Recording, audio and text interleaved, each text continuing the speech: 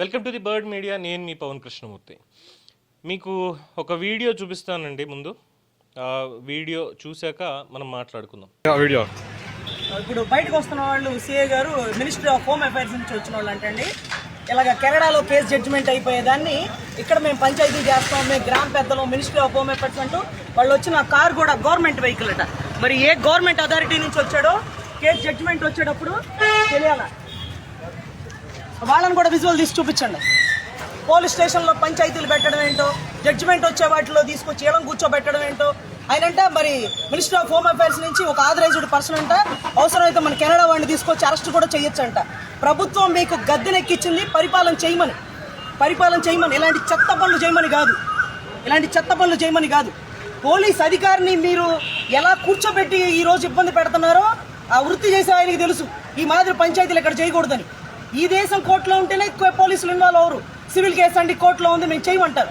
అట్లాంటిది కెనడా కోర్టులో జడ్జిమెంట్ వచ్చేదాన్ని ఇక్కడ కూర్చోబెట్టి తల్లిదండ్రులకు ఫోన్ చేసి మీరు రిటర్న్, వాళ్ళ నాన్నగారికి ఫోన్ చేసి ఏమంటాడు, ఆ మినిస్ట్రీ ఆఫ్ హోమ్ అఫైర్స్ నుంచి వస్తున్నామండి, మీ అబ్బాయిని అరెస్ట్ చేసేస్తాం, జైల్లో పెట్టేస్తాం, మాకు ప్రెజర్ ఎక్కువైపోయింది అంటూ 10 సార్లు ఫోన్ చేసి స్టేషన్లో పిలిపించి భయపెడుతున్నారు. ఇప్పుడు ఇక్కడికి వచ్చి ఎవరైనా నువ్వు మినిస్ట్రీ ఆఫ్ హోమ్ అఫైర్స్ అంటే కాదండి నేను పెద్ద మనిషిగా పంచాయతీ చేయడానికి వచ్చాను అన్నాడు. పెద్ద మనిషి ఎవరు నువ్వు? ఆ ఊరోడువా, ఆ గ్రామ సర్పంచ్వా, లేకపోతే అద్దెంకోడువా? ఎవరు నువ్వు?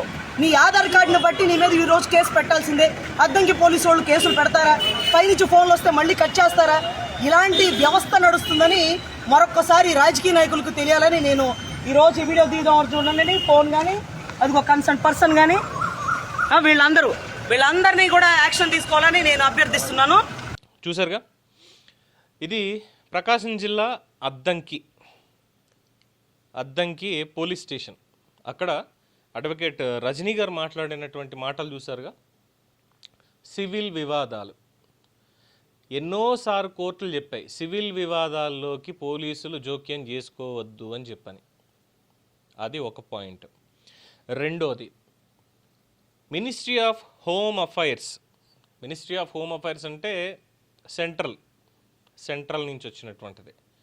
వాళ్ళ వ్యక్తులని చెప్పుకొని ఏకంగా స్టిక్కర్ వేసుకొని మరి కార్లు వేసుకొచ్చి పంచాయతీ తీరుస్తారట. ఎక్కడో కెనడాలో అక్కడ ఆల్రెడీ వర్డిక్ట్ అనేది రావాలి, తీర్పు ఒక కేసుకు సంబంధించి.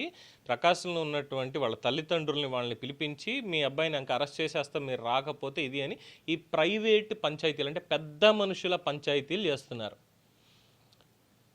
ఏం చేయాలి వీళ్ళని అంటే వీళ్ళకి బేసిక్గా అధికారం వచ్చింది అనేటువంటి అధికారం ఇచ్చేసింది. ఒక హక్కు ఏంటంటే మనం పెట్టేసుకోవచ్చు board, national human rights association, foundation, organization, ఏదో ఒకటి తోక తగిలించుకోవడం, దానికి నేను నేషనల్ ప్రెసిడెంట్, నేను వైస్ ప్రెసిడెంట్, నేను ఇది, నేను అది ఇక్కడ అలాగా అని చెప్పి రెడ్ స్టిక్కర్ ఒకటి వేసుకొని దానికి ఒక సైరన్ పెట్టుకొని బొగ్గ సైరన్ ముందుకు వెళ్ళిపోతూ ఇష్టం వచ్చినట్టు చేయొచ్చు. వీళ్ళని ఎవరు అరెస్ట్ చేయడానికి లేదు, వీళ్ళని మీద ఎవరు కేసు పెట్టడానికి ఉండదు, ఏమీ లేదు.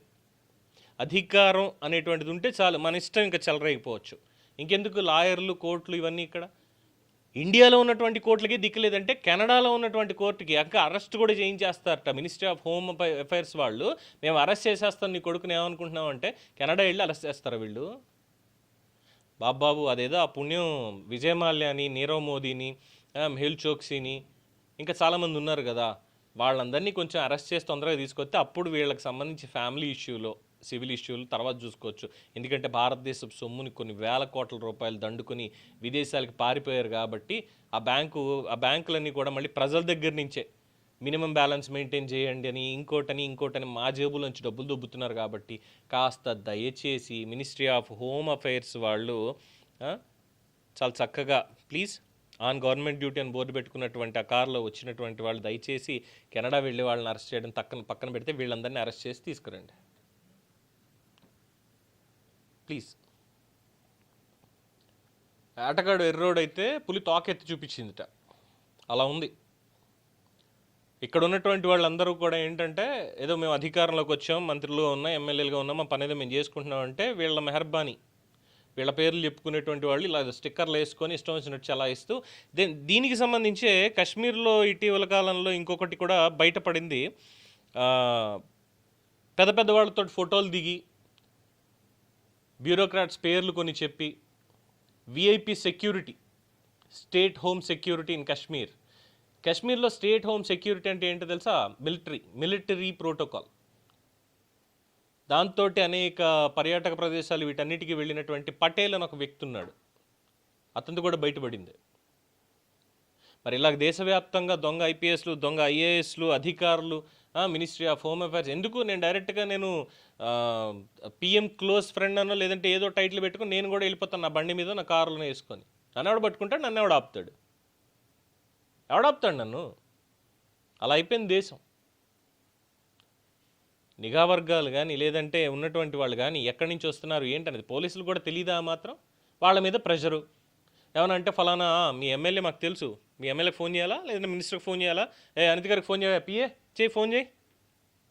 వీళ్ళ రుబాబులు తీసుకెళ్ళి మక్కెలిరగొట్టక స్టేషన్లో వేసిన నాలుగు మాట్లాడితే ministry of home affairs, national human rights, international human rights organization India, ఈ బోర్డులు పెట్టుకోవడం, పంచాయతీలు చేయడానికి రావడం, పనికి మనల్ని గోల. కాకపోతే ఇలాంటి వాళ్ళని మనం ఎన్నుకొని పంపిస్తున్నాము, వాళ్ళని చూసుకొని ఇలాంటి వాళ్ళ విధాలందరూ తయారవుతున్నారు.